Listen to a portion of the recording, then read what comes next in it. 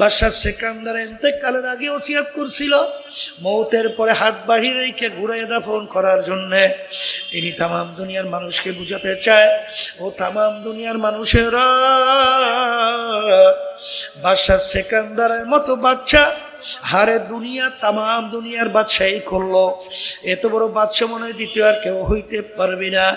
কিন্তু যখন আমি কবরে রওনা করলাম, একেবারে দুইটা খালি হাত, আর কিছু দিতে পারলাম না, সব দুনিয়া পইরা রইছে, আমি খালি হাতে কবরে রওনা করলাম। ঠিক বড় লোক আমার বাবাদেরকে বলবো, এমন জীবন তুমি করো হে গঠন, মরণে হাসিবে তুমি, কাঁদিবে ভুব। আর টাকা কার জন্য রাইখা যাও, সম্পদ কার জন্য রাইখা যাও, আরে এত বড় বড় মেয়াগিরি কার জন্য রাখো? মাঝে মাঝে মনকে বুঝাও। বাজার সারা বাংলাদেশ ঘুরি দেখি, ফরিদপুর গেছিলাম, একজন আমাকে বলে, হুজুর এলাকার ভিতরে বড় ধনী মানুষ মারা যাওয়ার পরে যত অন্ধকার হয়ে আসতেছে, ঘরের ভিতর থেকে ডাক দিয়া বলে, আরে মরা লাশ রাত্রে ঘরে রাখা যাবে না, ছোট ছোট বাচ্চারা মরা লাশ দেখলে ভয় পাইবে, মাসিদের ভিতর থেকে খাট বের কইরা খাটের ভিতরে উঠাইয়া সারা রাত্র নিয়ে মসজিদের বারান্দায় ফালাইয়া রাখছে। হারে তার কষ্টের কামাই করা টাকার বাড়ি তাকে জায়গা দেয় না। আরে এত টাকা রাখবা কোথায়, কাপড়ে যে পকেট নাই। আমি আপনাদের সামনে আয়াত শরীফ প্রথম তেলাওয়াত করছিলাম। আয়াতের ভিতরে আল্লাহ বলছেন, যত মাখলুকাত আমি সৃষ্টি করেছি, এর ভিতরে সর্বশ্রেষ্ঠ সম্মানিত করে মানুষকে সৃষ্টি করছি। কথা ঠিক কিনা? আবার আল্লাহ রাব্বুল আলামিন ওই কোরআনুল কারীমের ভিতরে বলছেন, এক শ্রেণীর মানুষ সমস্ত মাখলুকাতের ভিতরে নিকৃষ্ট। কথা ঠিক না? এখন মানুষ উৎকৃষ্ট এবং নিকৃষ্ট, এইটা কিন্তু বলছিলাম কলবের উপরে ভিত্তি কইরা মানুষ কি হয়, সম্মানিত হয়, আবার কলবের উপরে ভিত্তি করে মানুষ কি হয়, নিকৃষ্ট হয়। এই জন্য ইমাম গাজ্জালী রহমাতুল্লাহি আলাইহি লেখছেন, কিয়ামতের ময়দানে আল্লাহ রাব্বুল আলামিন মানুষগুলোকে 10টা সূরাতে উঠাবে। কয় রকমের সূরা? 10 রকমের সূরা। বলে তা কেমন? আল্লাহ রাব্বুল আলামিন তাদের নিজের কুদরতি হাতে আল্লাহ নিজে কয়েকটা জিনিস তৈরি করছেন। এর ভিতরে একটা হলো মানুষের চেহারা মোবারক। এইটা আল্লাহ নিজের হাতে বানাইছে। আল্লাহ রাব্বুল আলামিন তার কুদরতি হাতে যেই চেহারা তৈরি করছেন, এই চেহারার মানুষগুলো আল্লাহ রাব্বুল আলামিন জাহান্নামে কিভাবে ফালাইবেন, এই জন্য চেহারা বিকৃতি ঘটাইয়া যার ভিতরে হিংস্র জানোয়ারের খাসলত থাকবে, সে কিয়ামতের ময়দানে হিংস্র জানোয়ারের সুরাত নিয়ে উঠবে। যার ভিতরে বান্দরামি থাকবে, কিয়ামতের ময়দানে সে বানরের সুরাতে উঠবে। যার ভিতরে কুকুরের খাসলত থাকবে, কিয়ামতের ময়দানে সে কুকুরের সুরাত নিয়ে উঠবে। কথা ঠিক কিনা? কারণ আল্লাহ রাব্বুল আলামিন এই আশরাফুল মাখলুকাত মানুষ তার হাতে তৈরি করছেন চেহারা মুবারক। এই চেহারার মানুষকে কিভাবে জাহান্নামে পালাইবে, এই জন্য আল্লাহ বিকৃতি ঘটাবেন। এই জন্য আমার ভাইদেরকে বলবো, পর্দায় মা বোনরা যারা শুনতেছেন, মানুষ যদি সমাজের ভিতরে না থাকে, তাহলে ওই সমাজটা কিন্তু মানুষ সমাজ থাকে না, মানুষের সমাজ থাকে না। ওই মানুষটা হয়ে যায় একটা হিংস্র জানোয়ারের সমাজ। এক শ্রেণীর বর্তমানে দেখা যায়, কয়েকদিন আগে আপনারা দেখছেন ইউনিভার্সিটিতে ডাকসু নির্বাচন হয় নাই, কি হয়েছে? দেখেন ভিসি কত বড় একটা দায়িত্ব, তার কত বড় সম্মান, কত বড় মর্যাদা। সেখানে একটা ছেলে ছাত্র দলে, দেখেন নাই, ওর বয়স কি? আর বাংলাদেশের ভিতরে উল্লেখযোগ্য শিক্ষাপীঠ ঢাকা ভার্সিটি, সেখানের ভিসি পরিচালক, তার সামনে কিভাবে কথা বলতে হবে এইটা পর্যন্ত শেখে নাই। তাহলে বোঝা গেল ও সুরাতে মানুষ, ভিতরটা কিন্তু মানুষের সুরাত তৈরি হয়েছে। নালে এরকম ভাবে শিক্ষকের সামনে কখনো এই ধরনের আচরণ করতে পারে? হ্যাঁ, এমনকি শব্দটা শোনা যায় দুধ মিয়া, দূর মিয়া, নাউজুবিল্লাহ মিন জালিক। সে এই দেশ যদি এদের পরিচালনায় থাকে তখন এই দেশটা হয় কি? হ্যাঁ, এই দেশটা কি ভালো হয়? কোনোদিন হয়? ওই সেদিনকার একজন ব্রিগেডিয়ার জেনারেল, সে আমাকে বলতেছিল, বড় বাংলাদেশের ভিতরে উল্লেখযোগ্য বড় ডাক্তার, সে বলতেছিল হুজুর ছোটবেলায় ছাত্র আমরা যখন ছিলাম তখন আমাদের আদব, আমাদের আখলাক চরিত্র কি ছিল, আর এখন আমরা দেখছি এই শ্রেণী মানুষকে মানুষ ভয় পায়। কি পায়? আবার বলেন না, কি পায়? এই যে একটা আশ্চর্য কথা না? আমরা ছোটবেলায় শুনতাম পাগলা কুত্তারে মানুষ ভয় পায়, আসতে বলে হিংস্র জানোয়ারকে মানুষ ভয় পায়, হিংস্র বাঘকে মানুষ ভয় পায়।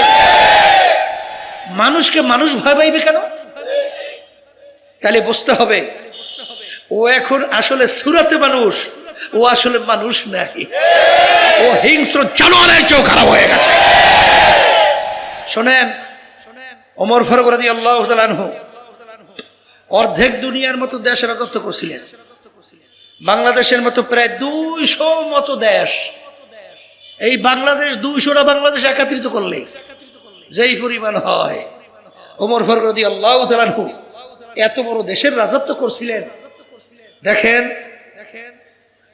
তিনি খুতবা দিতেছিলেন মসজিদের মধ্যে, এক সাধারণ মুরব্বী সে দাঁড় হয়ে বলতেছেন, আমির আপনার খুতবা আমরা শুনবো না এই প্রশ্নের উত্তর না দেওয়া পর্যন্ত। চিন্তা করে দেখছেন, অর্ধেক দুনিয়ার রাজত্ব যে চালায় তার খুতবা বন্ধ করে দেয়, প্রশ্নের উত্তর চাই। কি প্রশ্ন? আমির বললেন, কি প্রশ্ন? বলে, আমির আপনার গায়ে যে আমি জামা দেখছি, এই জামা তো রিলিফের কাপড়ের জামা, রিলিফের কাপড় আমিও পাইছি, আপনিও পাইছেন, আমার কাপড় দিয়ে তো আমার পুরো জামা হয় নাই, কিন্তু আপনার কাপড় দিয়ে পুরো জামা হইল কিভাবে? অর্থাৎ বুঝাইতে চায় যে আপনি ক্ষমতায় ছিলেন, কাপড় বেশি নিয়েছেন। কথা বুঝেন? এই আল্লাহর বান্দারা, আমি খুতবা বন্ধ করে বসে বসছি। তিনি বলতেছেন এই প্রশ্নের উত্তর দিবে আমার ছেলে আব্দুল্লাহ। আব্দুল্লাহ দাঁড় হয়ে গেছে, দাঁড় হয়ে বলতেছেন যে রিলিফের কাপড় আমিও পাইছি, আমার আব্বাও পাইছি, আমি দেখি আমার কাপড় দিয়ে আমার পুরো জামা হয় না, আব্বার কাপড় দিয়ে আব্বার পুরো জামা হয় না, তাই আমার কাপড়টাকে আমি আব্বাকে দান করছি। এখন ওই দুইটা কাপড় মিলিয়া আমার আব্বার সুন্দর একটা জামা হয়েছে। এর নাম হইল মানুষ। আর বর্তমানে ঠিক মতো সাদা না দিলে পাথর মাইরে মারে। এই অফিসের টাকা যদি ভাড়া আনতে যায় মালিক, নির্মম ভাবে তাকে এইভাবে পিটাই হত্যা করে।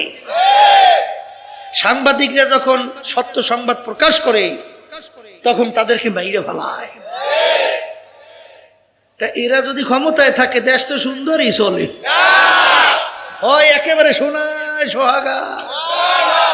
হ্যাঁ, এই সদ্য যে আওয়ামী লীগ যে ফালাইল, সদ্য ভূমিমন্ত্রী, শোনেন নাই? পত্রিকায় আসছে, বিভিন্ন মিডিয়ায় দেখেন নাই?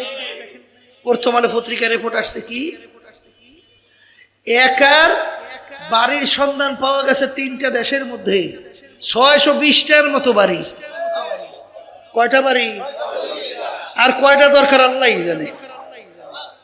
620টাই ওগুলো হয় নাই, এখন কত বাড়ি দরকার কে জানে। এইটা পাওয়া গেছে বিদেশের 3 দেশে, দাম প্রায় 5,700 এত কোটি টাকা। এ টাকা তো সব তার আব্বাই রেখে গেছে, তার দাদা রেখে গেছে না, তার বাপ দাদা রেখে গেছে, ওয়ারিশ সূত্রে পাইছে মিরাস। হ্যাঁ, ওই টাকাই তো বিদেশে বাড়ি করছে 620। এরা ক্ষমতার মসনদে চেয়ারে বসে আপনার আমার কষ্ট অর্জিত সম্পদ ওই ক্ষমতার চেয়ারে বৈশা এই টাকা পাচার কইরা ইটালি সহ বিভিন্ন জায়গায়, ওই যে কানাডায় বেগম পাড়া তৈরি করে। 5 বারেরা তাম দুনিয়ার ভিতরে বিশ্বে চ্যাম্পিয়ন বানায়। এই জন্য তো আল্লাহ বলেন, যে জাতি নিজেদের ভাগ্যের পরিবর্তন জাতি না ঘটায়, ওই জাতির ভাগ্যের পরিবর্তন আমি রব্বুল আলামিন ঘটাই না, করি না। এই জন্য আমি আমার বাজানদেরকে বলবো, আমার ভাইকেও রাগ করবেন না, কথা বলেই যেতে হবে। কে শুনবেন তা জানি না। আল্লাহ রাসূল সাল্লাল্লাহু আলাইহি ওয়াসাল্লাম যখন এই কাফেরদের অন্যায়ের প্রতিবাদে, ওদের মূর্তি পূজার বিরুদ্ধে, ওদের হত্যার বিরুদ্ধে, ওদের মিথ্যার বিরুদ্ধে, জুলুমের বিরুদ্ধে যখন আল্লাহর হাবিব বলতেছিলেন, তখন এক পর্যায়ে ওরা আল্লাহর হাবিবের কাছে প্রস্তাব নিয়ে গেছিল, তোমাকে আরবের ধনী বানায়া দেব, তোমাকে আরবের নেতা বানায়া দেব, তোমাকে আরবের সবচেয়ে সুন্দরী মেয়েটা বিবাহের ব্যবস্থা করব, তারপরে তুমি আমাদের বাপদাদার ধর্মের বিরুদ্ধে কিছু বইল না। আল্লাহ রাসূল সাল্লাল্লাহু আলাইহি ওয়াসাল্লাম বলছিলেন, যদি এক হাতে আমার সূর্য আর এক হাতে চন্দ্রও দেওয়া হয়, তারপরে আমি এক আল্লাহর উপরে ঈমান আনার দাওয়াত এবং তোদের অন্যায়ের বিরুদ্ধে বলতেই থাকবো। আজকে যদি আমরা না বলি তাহলে বলবে কারা?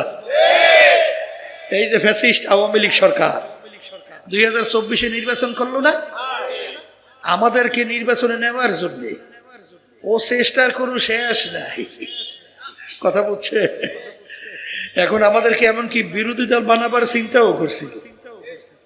আমার সঙ্গে দেখা করবে প্রধানমন্ত্রীর পক্ষ থেকে। আমি বলছিলাম, আপনারা যেখানে বলেন ওখানে আমি যাব না, আমি যেখানে বলবো সেখানে আসতে হবে। আসছিল, আসার পরে প্রস্তাব নেছে এতগুলো সিট, এতগুলো এমপি আমাদেরকে দেবে এবং বানাইয়ে নেওয়ার দায়িত্বও নেবে। আমার কষ্ট লাগবে না, এমনি বলে পকেটের ভিতরে এমপি। কথা বুঝছে? শোনার পরে আমি তার দিকে তাকাইয়ে দেখলাম প্রধানমন্ত্রীর পক্ষ থেকে আসছে, কে কপালে নামাজের দাগ দেখা যায়। আমি বললাম যে আপনার কপালে তো নামাজের দাগ দেখা যায়, তাহলে তো মনে হয় আপনি নামাজ পড়েন। একটা হাস দিয়ে বলে, হুজুর আমি তো নামাজ পড়ি 7 বছর বয়স থেকে। তখন বলতেছে, হুজুর আমি যদি নামাজ না পড়তাম, আমার মা আমার জন্য ঘরে খানা ইফাক করতো না, ওই থেকে নামাজের অভ্যাস। আমি কইলে তাইলে তো আপনার সঙ্গে কথা বলতে সাহস হয়। তখন আমি বিভিন্ন কথার পরে বললাম যে এখন বলেন, আপনারা যদি আমাদেরকে সরকারি ওই পাতানো ফাঁদ ওর ভিতরে ঢুকাইয়া তারপরে যদি আপনার স্বার্থ উদ্ধার করতে চান, তাইলে বলেন তো দেশের পক্ষে, মানবতার কল্যাণের পক্ষে, ইসলামের পক্ষে কথা বলবে কারা? হক একটা আওয়াজ, সত্য পক্ষের একটা আওয়াজ, জুলুমের প্রতিবাদ একটা আওয়াজ থাকা দরকার আছে না নাই? তখন বলতে হুজুর থাকা তো দরকার আছে, কারণ যদি থাকা দরকার হয় তা আমাদেরকেও আপনারা আটকাইবেন, তা কথা বলবে কারা? এরপরে সামনে কথা না বাড়াইয়া বলে, হুজুর আপনাদের সম্পর্কে ব্যাপারটা বুঝে গেলাম, প্রধানমন্ত্রীকে এইভাবেই হুজুর পৌঁছাবো। তা আল্লাহর আমাদের এইভাবে আর জ্বালাতন করে নাই। তাই যেই কথা বলতে চাইছিলাম, এই আল্লাহ রাসূল সাল্লাল্লাহু আলাইহি ওয়াসাল্লাম বলেন, এক হাতে যদি আমাকে সূর্য দাও আর এক হাতে যদি চন্দ্রও দাও, কিন্তু আমি এক আল্লাহর উপরে ঈমান আনার দাওয়াত এবং তোদের অন্যায়ের প্রতিবাদ আমি বলতেই থাকবো, করতেই থাকবো। শেষ পর্যন্ত আল্লাহ রাসূল সাল্লাল্লাহু মাইকটারে হাজির করে মাইকটারে মোড়ামুড়ি করে ভালোই তো ছিল। বাবু হিন্দে সরাইতে পারো, ভালোই তো ছিল, কথা ভালোই বলতেছিলাম, আবার এই মোড়ায়, মানে ঠিক মতো বয়ানই করতে দেয় না, এইভাবে জ্বালায়। তাই যেই কথা বলতে চাইছিলাম, এই আল্লাহর বান্দারা, পর্দা আলে মা বোনেরা, অনেক সময় আমরা বিভিন্ন সময় আলোচনা শুনি যে আমরা ক্ষমতার পাগল হয়েছি, এমপি হওয়ার জন্য লোভ জাগছে। আপনারা ভুল বুঝছেন। ইসলামী আন্দোলন বাংলাদেশ প্রতিষ্ঠিত হয়েছে 1987 সালে। অদ্যবধি পর্যন্ত আমাদের একটা এমপিও কিন্তু সংসদে যায় নাই। সুযোগ ছিল না? কথা বলে না, ছিল না? যাই নাই কেন?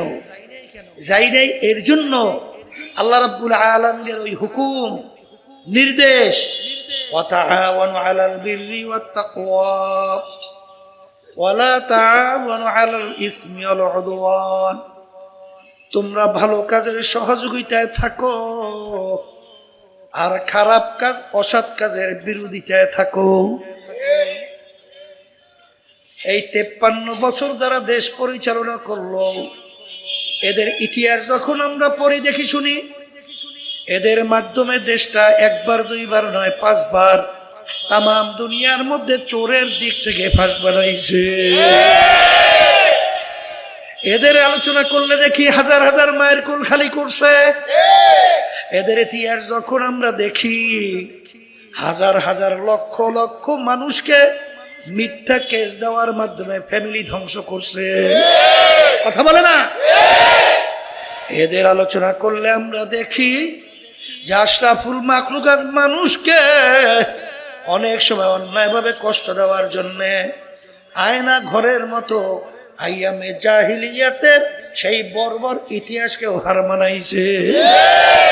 ইসলামী আন্দোলন বাংলাদেশ কখনোই ওদের ক্ষমতায় যাওয়ার জন্য সিঁড়ি হিসাবে ব্যবহার হয় না।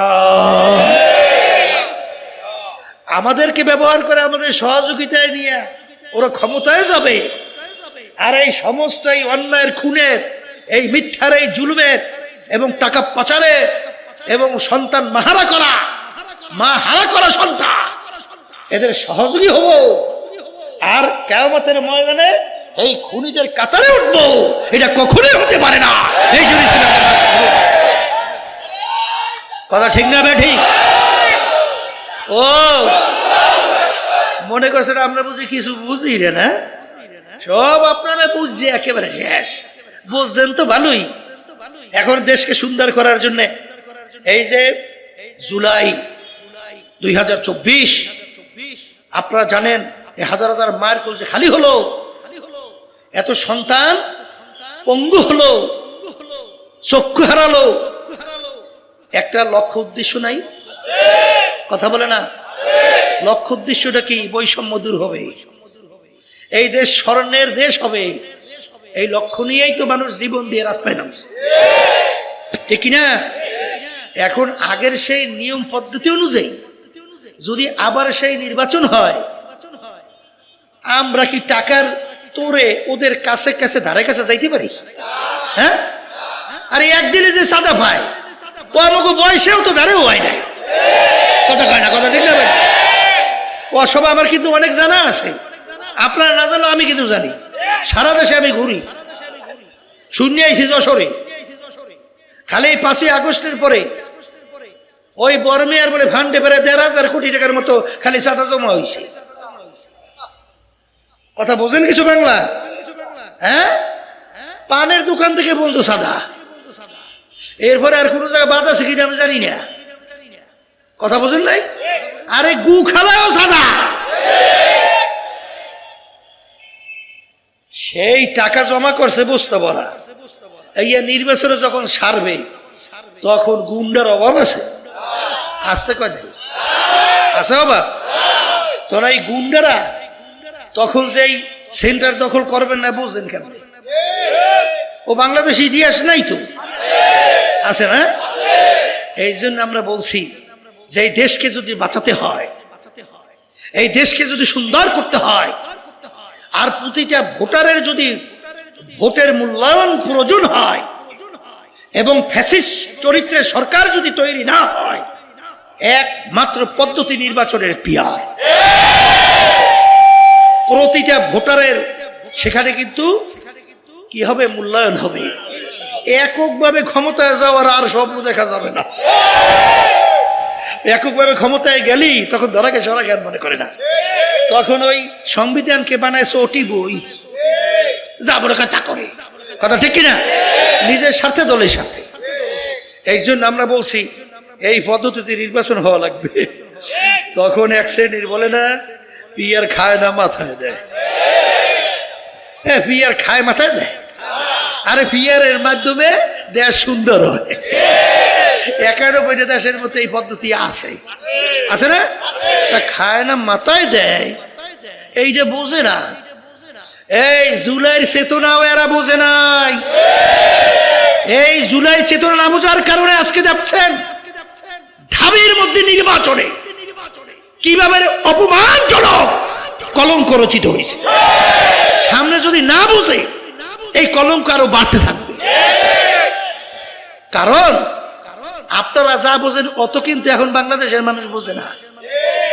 মানুষ বোঝে এতটুকুই, এখন আমাদের দেশ সুন্দর করার জন্য আর সাদাবাজি আর টেন্ডারবাজি এসে এই ঘাট দখল এবং বিভিন্ন এই মাতুকবাড়ি জরদারি আর ওই গুন্ডামি, এদের কাছে দেশ নিরাপদ না। আমার পক্ষে রাগ করিয়েন না, আমি কিন্তু মাপসাই লইলে বাগি, কিন্তু কথা কিন্তু বইলে যাব। শোনেন বানা না শোনেন তা জানি না, রাগ করিয়েন না, গায়ে পারলেও রাগ করিয়েন না। আমাদের কিন্তু আল্লাহর রহমতে আপনাদের দোয়ায় ওই এমপি টেমপির আল্লাহর রহমতে চিন্তা ও লোভ আল্লাহর রহমতে আল্লাহর রহমতে নাই। এই দেশে জন্মগ্রহণ করছি, হুব্বুল ওয়াতান মিনাল ঈমান, এই দেশের একটা মহব্বত থাকতেই হবে, ঈমানের অংশ। এই দেশ নিয়ে আমার চিন্তা করা লাগবে না, আপনার করা লাগবে না, নাহলে দেশ নিয়ে চিন্তা করবে কারা? দেশি চিন্তা করবে বিদেশি এলারা। আমাদের কি করতে হবে? এই জন্য কথাগুলো বলছি, রাগ করলে মাফ চাই। তাই যেই কথা বলতে চাইছিলাম, ওয়ালাকাদ কাররামনা বানি আদম, যখন আপনার কলবটা পরিষ্কার হবে তখন দেখবেন আপনি আপনার নিজের কাছে নিরাপদ, আপনার কাছে আপনার পরিবার নিরাপদ, আপনার কাছে সমাজ নিরাপদ, আপনার কাছে রাষ্ট্র নিরাপদ, আপনার কাছে বিশ্ব আন্তর্জাতিকভাবে সব নিরাপদ। কথা ঠিক না? ঠিক। এই জন্য আমার বাজানদেরকে বলবো, পর্দালে মা বোনরা যারা শুনতেছেন, আমি কথা বেশি লম্বা না বইলা আমি সংক্ষেপে এতটুকুই বলবো যে আল্লাহ রাব্বুল আলামিন আপনাকে আমাকে আশরাফুল মাখলুকাত বানাইছেন এবং আশরাফুল মাখলুকাত হওয়ার জন্যে আল্লাহ রাব্বুল আলামিন আপনাকে আমাকে শক্তি দান করছেন। দুইটা রাস্তা দেখাইয়া ওয়াহাদাইনাহুম নাজদাইন, দুই রাস্তা আল্লাহ দেখাইছেন, একটা খারাপ একটা ভালো।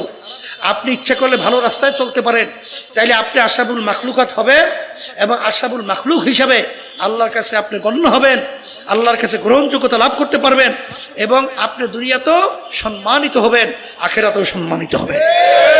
হারামে কিন্তু আরাম নাই, হারামে কি নাই? আবার বলেন না, হারামে কিন্তু আরাম নাই। আজ পর্যন্ত কেউ পায় নাই, কেউ কোনোদিন পাবে না, পাবে। তাহলে আশরাফুল মাখলুকাত হওয়ার জন্যে আমি আমার ভাইদেরকে বলবো, ওয়াকুনু মা'আস সাদিকিন, তোমরা সাদিকিন বান্দাদের সঙ্গী হও। সুহবাতে সালেহ তোরা সালেহ কুনাদ, সুহবাতে তালেহ তোরা তালেহ কুনাদ। এক জামানা সোহবাতে বা আউলিয়া, বেহতার সাদ সালে তাআত বেরিয়া। গেলে খুশবু এদার হাম্মামে রোজে, রসিদাস দাস্তে মাহবুবে বাদাস্তাম। মাটির চাকার থেকে গোলাপ ফুলের ঘেরান আসে। হে মাটির চাকা, তুমি কোনো গোলাপ ফুল না, কোনো মিশক আম্বার না, কোন সুগন্ধি পরিচয় দাও। মাটির চাকা বলে, আমি কোনো মিশক আম্বার, কোনো গোলাপ ফুল কিছুই না, আমি একটা মাটির চাকাই। তোমার থেকে এত সুন্দর কেন ঘেরান আসে? মাটির চাকা বলে, আমার সঙ্গে একটা গোলাপ ফুল ফুইটা আমার সঙ্গে লাইগা ছিল। ওই গোলাপ ফুলের ঘেরান আমার ভিতরে ঢুকতে ঢুকতে এখন আমি সাধারণ মাটির চাকা নাই, আমি একটা গোলাপ ফুলে পরিণত হয়ে গেছি। এই আল্লাহর বান্দারা, প্রত্যেকটা মানুষ কিন্তু চায় সে যেন ভালো হয়। আহারে, সে যেন ভালো মানুষ হয়। বাপ মাও চায় আমার সন্তানরা যেন ভালো হয়। এবং প্রত্যেকটা মানুষ, অনেক খারাপ মানুষ আমাদের কাছে আইসা দোয়া চায়, হুজুর আমাদের জন্য একটু দোয়া করেন, আমি যেন একটু ভালো হইতে পারি। সে নিজেও বোঝে আসলে সে ভালো না, তাইলে ভালোর জন্য দোয়া চাই, পারে না কেন? পারার জন্য আমার মালিকের হুকুম পালন করা লাগবে। আমার মালিক বলেন ওয়াকুনু মা'আস সাদিকিন, তোমরা সাদিকিন বান্দাদের সঙ্গী হইয়া যাও। কার সঙ্গী? জোরে বলেন, জোরে বলেন, আবার জোরে বলেন। আপনি যদি মিথ্যুকদের সঙ্গে চলাফেরা করেন, বেয়াদবের সঙ্গে চলাফেরা করেন, বাজান রে দেখবেন কিছুদিনের ব্যবধানে ওই ছাত্র শিক্ষকের সামনে বেয়াদবি করতেও চিন্তা করে না। কথা বলে না? জোরে বলেন, কথা ঠিক হবে ঠিক। আর আদবওয়ালা কাকে বলে? আল আমরু ফাওকাল আদব। আদব হলো কথা মানা, হলো সবচেয়ে বড় আদবের ভিতরে বড় আদব। কথা বলে না? জোরে বলেন, কথা ঠিক কিনা? এই জন্য আমার বাজানদেরকে বলবো, বাজান বাংলাদেশে কত ঘটনা আমরা জানি। বড় বড় লেভেলের অফিসার ওদের সামনে যাইয়া ওই সুটকা মুটকা টেবিলের উপরে পাও উঠাইয়া এইবার পাও নাড়ায়। আবার বড় বড় সম্মানিত অফিসার এত বড় যোগ্যতা সম্পন্ন তাদের সামনে যা মনে করে তা ব্যবহার করে। কি জোরে বলে, কথা ঠিক কিনা? এই চরিত্রে চরিত্রবান কেন হইল? ওই চরিত্রবান লোকদের সঙ্গে চলাফেরা করার কারণে। না ভুল বলছি? না ভুল বলছি? আর যখন আপনি ভালো লোকের সঙ্গে চলবেন তখন দেখবেন যে আপনার চালচলন কথাবার্তা আপনার এত সুন্দর, আপনার কথা আপনার চালচলনের কারণে তখন ওস্তাদ আপনার জন্য দোয়া করে, তখন পড়শিরা আপনাদের জন্য দোয়া করবে, তখন বাপমা দোয়া করবে, আর এলাকার মুরব্বী যুবকরা দোয়া করবে। এমনকি তার বিরহে বেদনায় আসমান পর্যন্ত কান্দে। জোরে বলো, কথা ঠিক না বেখি?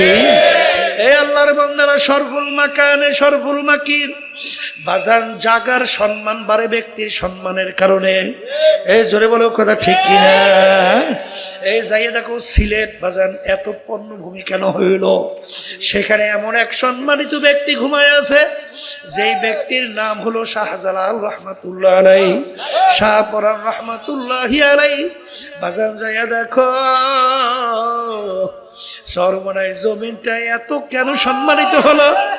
ওখানে ঘুমায় আছে আহসানুল্লাহ সাহেব রহমাতুল্লাহ আলাইহি, ইসহাক সাহেব রহমাতুল্লাহি আলাইহি, ফজলুল করিম রহমাতুল্লাহি আলাইহি। দেখতে তোমার মতো দুই চক্ষু বিশিষ্ট মানুষ, দেখতে তোমার মতো দুই হাত বিশিষ্ট মানুষ, দেখতে দুই পা বিশিষ্ট মানুষ, কিন্তু বাজান রে তাদের সম্মানে আজকে মাটি জমিন পর্যন্ত সম্মানিত। আল্লাহ রাবিব ঘুমায় আছেন, আল্লাহু আকবার, মদিনা শরীফ রওজা পাকের মধ্যে, যার সম্মানে আজকে মদিনা তাম দুনিয়ার মানুষের কলিজার মধ্যে মদিনা। কেন? ওখানে এমন এক আল্লাহর বান্দা ঘুমায় রয়েছে, যার সম্মানের কারণে আজকে মদিনা সম্মানিত হয়ে গেছে। জোরে বলেন, কথা ঠিক না ঠিক? বাজার যাইয়া দেখবেন পটুয়াখালী জেলায় আরে মির্জাগঞ্জ থানায় ইয়ারউদ্দিন সাহেব রহমাতুল্লাহ আলাইহি, তিনি একজন সাধারণ দোকানদার ছিল, আর নদীর কিনারায় ঘুমায়া রয়েছে। বছর খানিক কম বেশি আগে আমি স্পিড বোর্ডে তার কবরের পাশ থেকে যাইতেছি, হঠাৎ দেখি স্পিড পরিচালনা করতেছে, হঠাৎ ওখানে স্পিড বোর্ড থামায়া দিয়া তারপর কিছুক্ষণ পর আবার চালু করছে। তাকাইয়া দেখি ইয়ারউদ্দিন সাহেব রহমাতুল্লাহি আলাইহি ওই নদীর কিনারায় ঘুমায় আছে।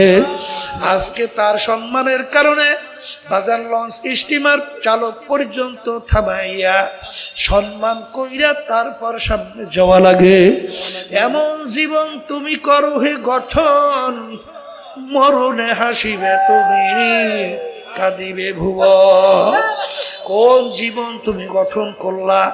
তুমি দুনিয়া থেকে বিদায় হওয়ার পরে তোমাকে মানুষ কি ভালো বলবে না মন্দ বলবে, তোমার জন্য দোয়া করবে না বদদোয়া করবে। আর এক শ্রেণীর মানুষ দুনিয়া থেকে বিদায় হয়, তখন তাদের জন্য দোয়া করে, আর আর দুই চোখের পানি ফালাইয়া মালিকের দরবারে কান্দে আর বলে, মালিক, মালিক রে, তার দরজা বেহেশতের মধ্যে বলন্দ করে দাও, তার রুহানি ফয়জ বরকত আমাদেরকে নসিব করো। এমন জীবন তুমি করো হে গঠন, মরণে হাসিবে তুমি, কাঁদিবে ভুবন। হে দুনিয়াদার পাগল আমার বাবারা, হে বাংলাদেশের রাজধানী ঢাকাবাসী আমার বাবারা, হে চকের ব্যবসায়ী বাবারা, বাংলাদেশের ভিতরে উল্লেখযোগ্য ব্যবসায়ী চকের ভিতরে আল্লাহু আকবার এখানে বসবাস করেন। আমি বাজানদেরকে বলবো, ধনী বাবাদেরকে বলবো, ক্ষমতা সম্পন্ন বাবাদেরকে বলবো, মাঝে মাঝে একটু চক্ষু বন্ধ করিয়া বাজান ইতিহাস পড়ো, পর্যালোচনা করো, চিন্তা করো, মোরাকাবা করো, তারপর দুনিয়ার থেকে বিদায় নিয়ে কবরে রওনা করো।